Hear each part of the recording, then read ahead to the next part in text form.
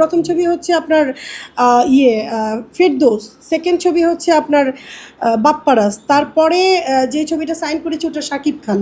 তো আমি এখানে যখন আমাকে বললো আমার বাসায় আসো, আমার ছেলের সাথে পরিচিত হয়ে যাও তোমার আম্মুকে নিয়ে, তো আমি গেলাম ওনার বাসায় যাওয়ার পরে অনেকক্ষণ বসে রয়েছে, নায়ক আসবে এখন, কাজী হায়াৎ আঙ্কেলের ছেলে যখন আসবে, যখন দেখবো। প্রথম দেখেছেন? প্রথম তাদের ড্রয়িং রুমে ছিলাম, পরে আমি বললাম যে আম্মু, আম্মু না, আমার প্রথম ছবির প্রযোজক অজিত রায় নন্দী দাদা উনি ছিলেন, উনি বললেন যে কোথায় মারুফকে ডাকেন, বললো যে ও ফাইট শিখছে।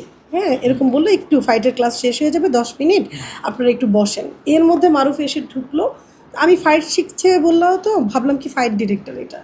মারুফ যখন বসলো তখন আমিও এইদিকে উকি মারছি একটু পর পর।